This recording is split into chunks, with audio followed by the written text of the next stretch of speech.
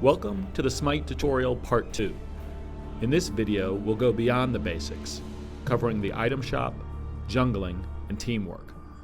For your first few games, you used auto item and auto skill, but after a few matches, you can disable these options and have much more control on how to enhance your god in a match.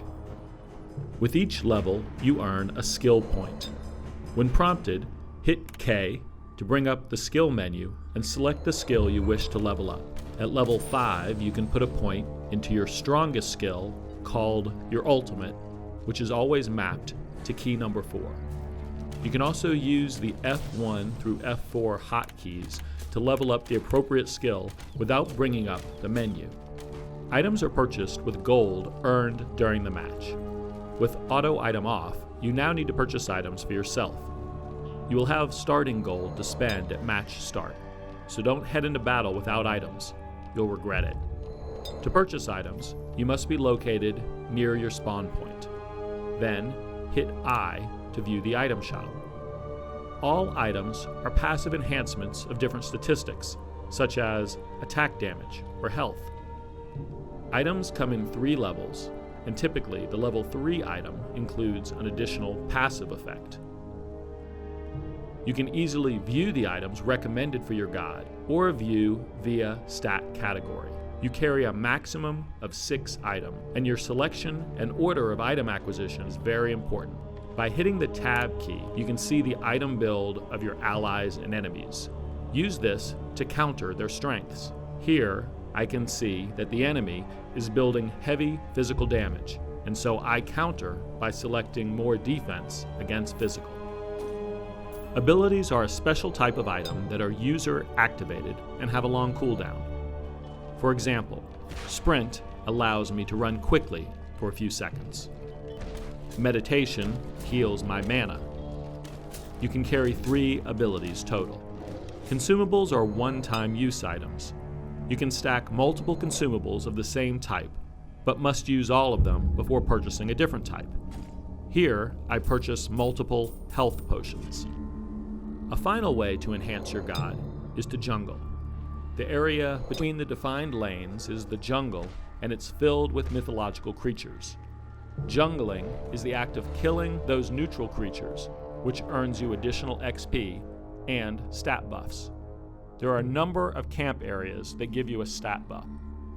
Blue, a mana regen. Orange, run speed.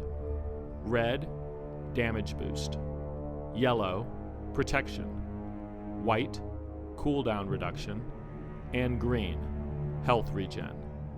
There are also 2 much stronger camps.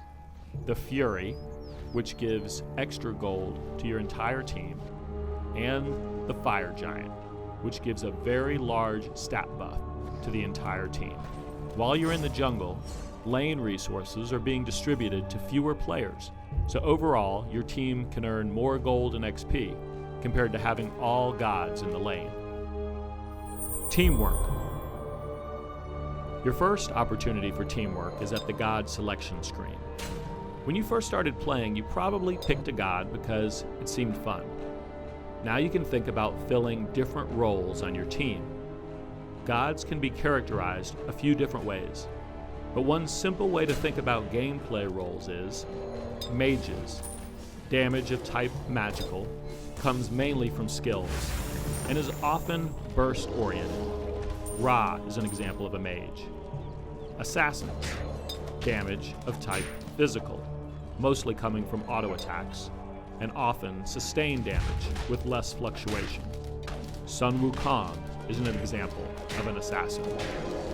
Tanks, gods with heavy health and defense that absorb damage, but don't output much damage. They tend to be up front in team fights, initiate fights, and protect the damage dealers.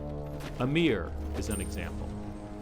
Jungler, a god who spends the early game killing creeps in the jungle with a focus on surprising and ganking enemy players. Kali is an example of an assassin who can jungle well. If your team doesn't have critical roles filled or is too stacked with everyone doing the same type of damage, the other team will be able to easily counter you. With 5 people and only 3 lanes, some people will have to share. At the beginning of the game, coordinate with your teammates around who will cover each lane. A typical setup for beginners is 2-1-2. 2 gods cover the left lane, 1 solo player takes the middle, and another 2 gods take the right lane. Another common setup is 1-1-2, with 1 player starting out as a designated jungling character. Smite includes a quick key voice system to help you communicate with your team. Hit V for voice to bring up the top level menu. You can then see a selection of useful voice commands. For example, if you need to recall, let your laning partner know he's alone for a while. Be right back. And if you spot the enemy leaving the lane, he might be attempting an ambush, so let your teammates know that. By hitting the spacebar, you free up the mouse and can ping the map as another way to direct your team's attention to key spots. A left click communicates opportunity, attack. A right click means danger, retreat. Finally, you can hit enter and use freeform text chat. Wards are a special type of consumable that help your entire team with map awareness. You purchase wards in the store and can place them around the map. Wards allow you and your team to see nearby enemy movements and enemy wards. They last for 3 minutes or until destroyed. Some god powers also act as wards. For example, Arachne's broodlings are spider eggs that act as wards, showing nearby enemies. Consider how your god skills can work well with other gods. For example, here Odin traps people within Ring of Spears. Zeus then follows up that with Lightning Storm. When the game first begins, you should generally stay in your assigned lane, either solo or with one other teammate. You focus on gaining gold and experience through killing minions, but stay defensive because those minions are strong compared to you. Try to harass the enemy player to prevent them from farming. As a new player, you should start with survivability items so you can stay in the lane and collect maximum gold and XP. If you last hit the minion, you do get a slight gold bonus. Call out MIA if your enemy goes missing. Ganking is killing an opponent when they least expect it. This phase often starts after a player has unlocked 1 or 2 ranks of their ultimate, or after an outer tower has been taken, because it's now more dangerous to push farther into enemy territory. Lane assignments start to break down. Players form small groups of 2 or more to pick off vulnerable enemies. To gank, look for enemies who are overextended, or don't have an escape move, or have low health, or go with a teammate who can slow or stun them. The best way to defend against a gank is to watch that minimap. If you don't see enemies on the minimap, they're probably coming to get you. Stay with your team because great battles will start to develop with many players on each side. These are called team fights, and your goal is to fight as a coordinated unit. Tanks absorb damage and initiate fights. High damage dealers target the enemy priority targets and take them out. A mistake in this phase will cost you a defensive structure and possibly the game.